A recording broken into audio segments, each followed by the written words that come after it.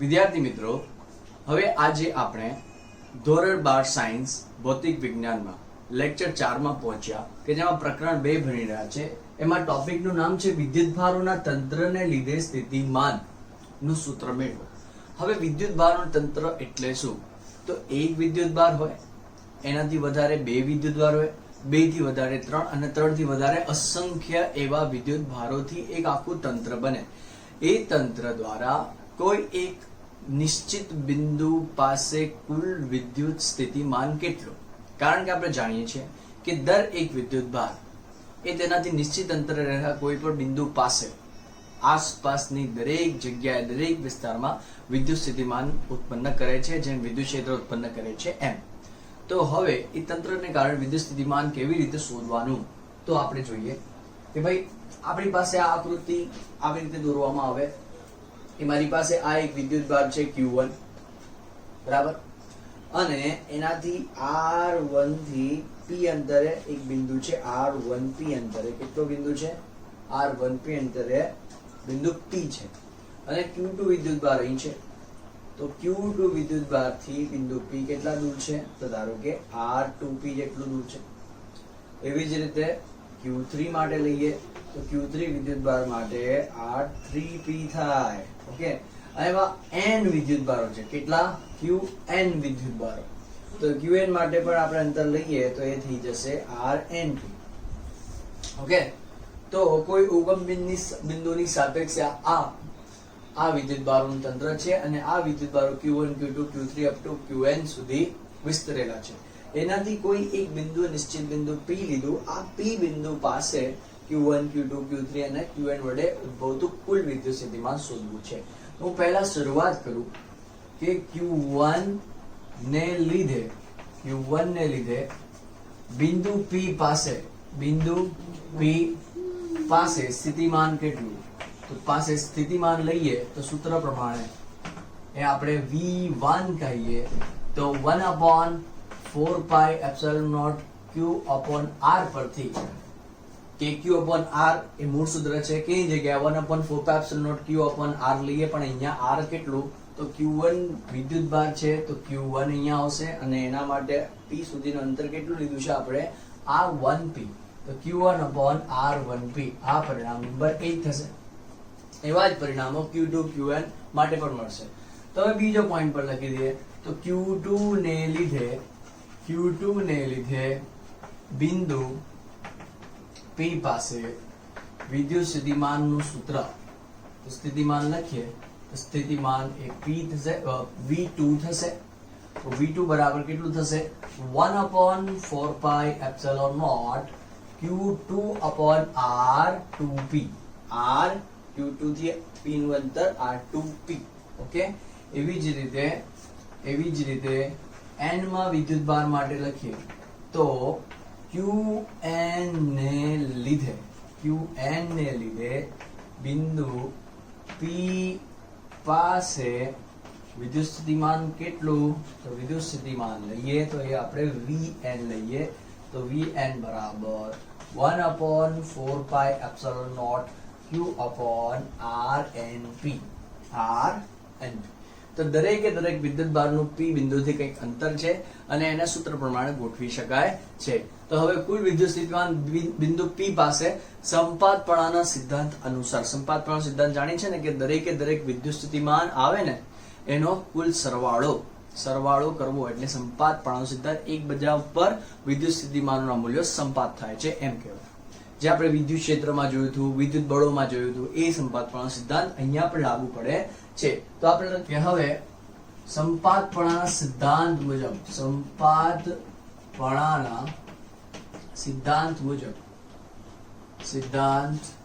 મુજબ એમ લખી શકીએ કે P બિંદુ પાસે કુલ વિદ્યુત સ્થિતિમાન બિંદુ P પાસે Q1, Q2, Q3 up to કેટલા વિદ્યુતભાર છે? n વિદ્યુતભારોના તંત્ર. Qn વિદ્યુતભારોના તંત્રને લીધે કુલ વિદ્યુત સ્થિતિમાન કેટલું, તો કુલ વિદ્યુત સ્થિતિમાન એવું લઉં તો એ V બરાબર પહેલા Q1 માટે V1, Q2 માટે V2, Q3 માટે V3 એવા n વિદ્યુતભાર plus up to plus Vn આ બધાનો સરવાળો કરવામાં આવે અને બધા માટે જે સૂત્રો મેળવ્યા પરિણામ 1 અને પરિણામ નંબર 2 એ પ્રમાણે તો મૂકતા જઈએ તો V1 ની જગ્યાએ શું લખો 1/4 pi epsilon naught Q1/R1p V2 માટે plus 1/4 pi epsilon naught Q2/R2p Q2/R2p એવી રીતે n વિદ્યુતભાર સુધી લખીએ તો plus up to plus Vn માટે 1/4 pi epsilon naught Qn/Rnp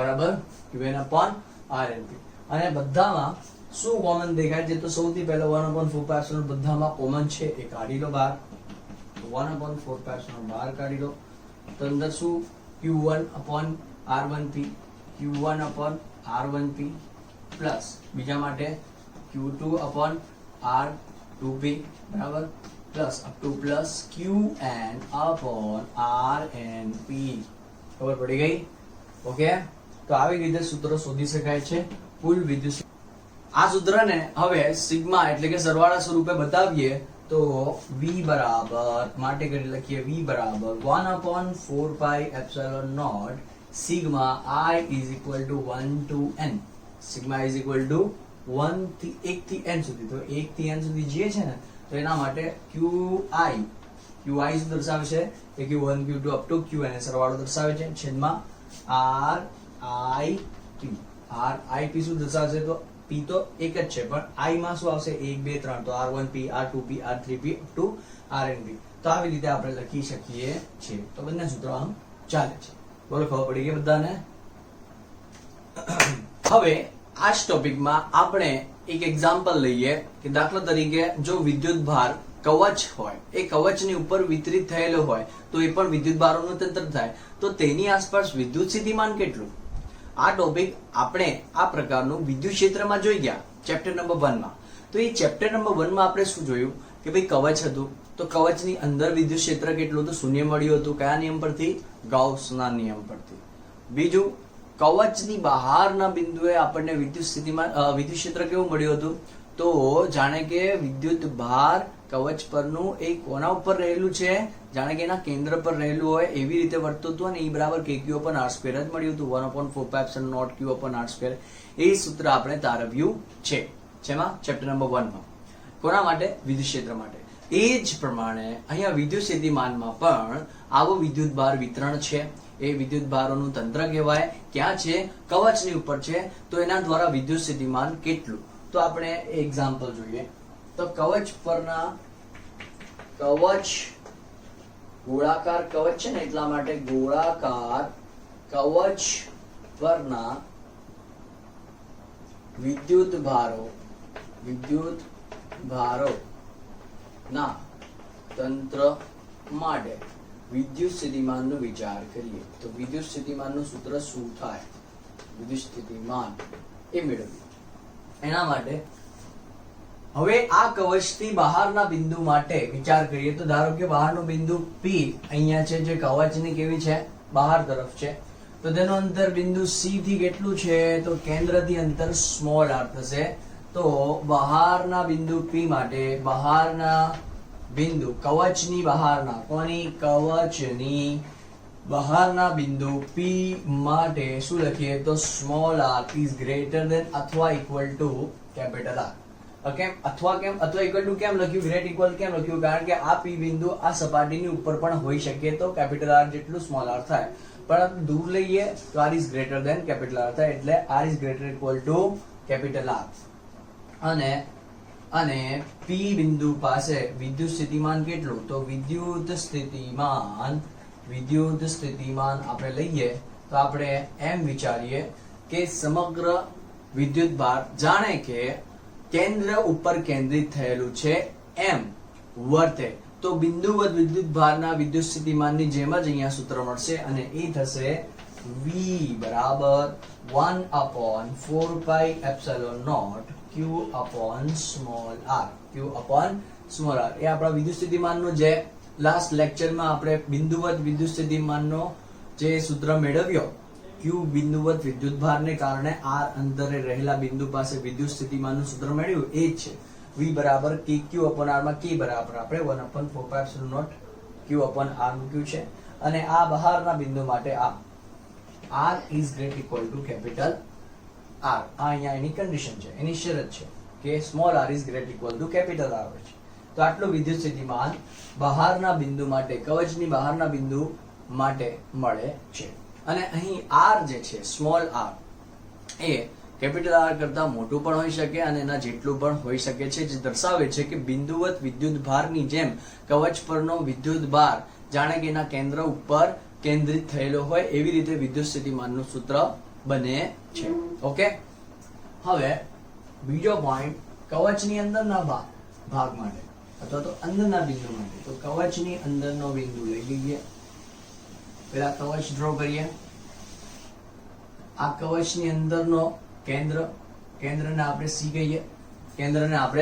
C કહીએ.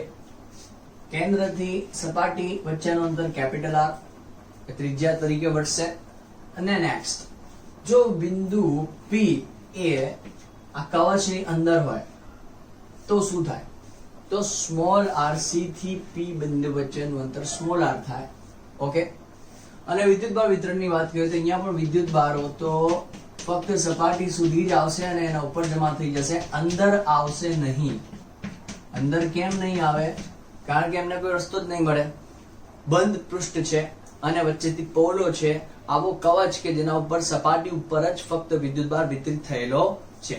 તો કેન્દ્રથી P નું અંતર સ્મોલ r. તો અહીં આ જ પ્રમાણે લખીએ તો કવચની અંદરના બિંદુ માટે, કવચની અંદરના બિંદુ P માટે લખીએ તો small r is less than capital R થશે. Small r is lesser than capital R થશે.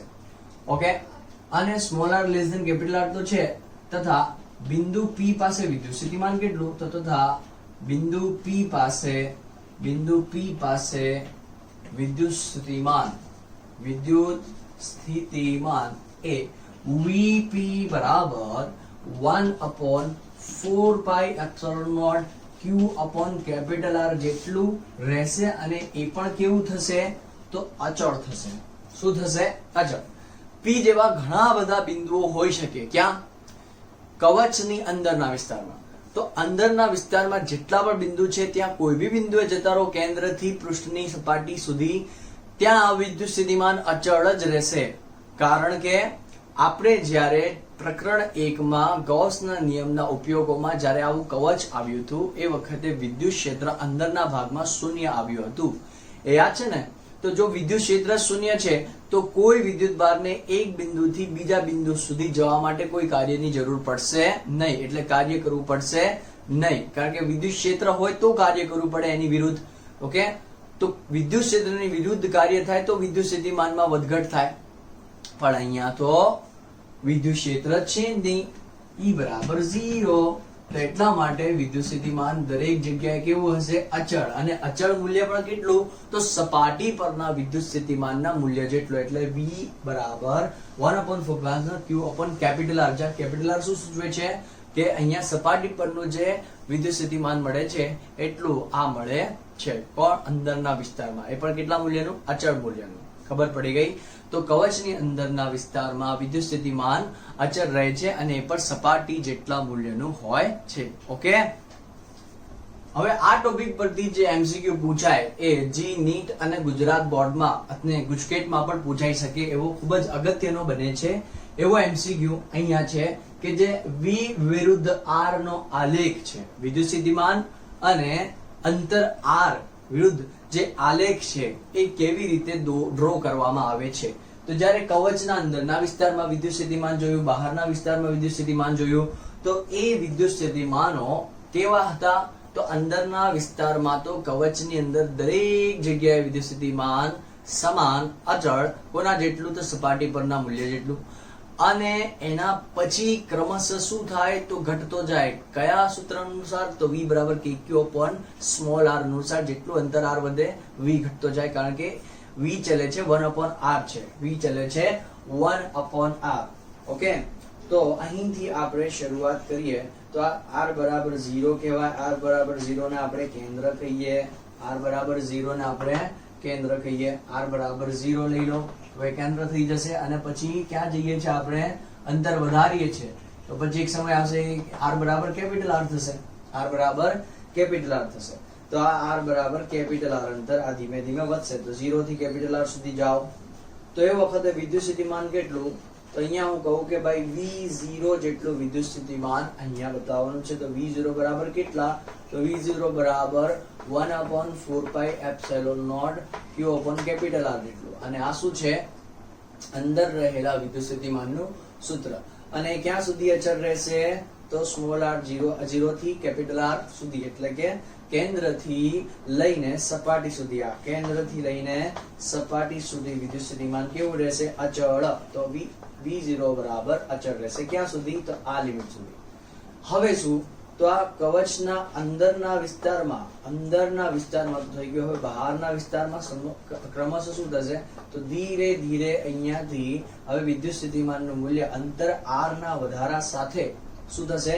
તો ઘટતો જશે. ચરઘાતાંકીય રીતે ઘટતો જશે, જેને આપણે v ચલે છે 1 upon r ફોર્મેટ પ્રમાણે ઘટે છે એમ કહેવાય. પ્રમાણે ઘટે, બરાબર. એટલે અંતર r વધે, v નું મૂલ્ય ઘટે, કારણ કે v ચલે છે 1 upon r છે. આપણે v બરાબર kq upon r પરથી સમજી શકીએ છીએ.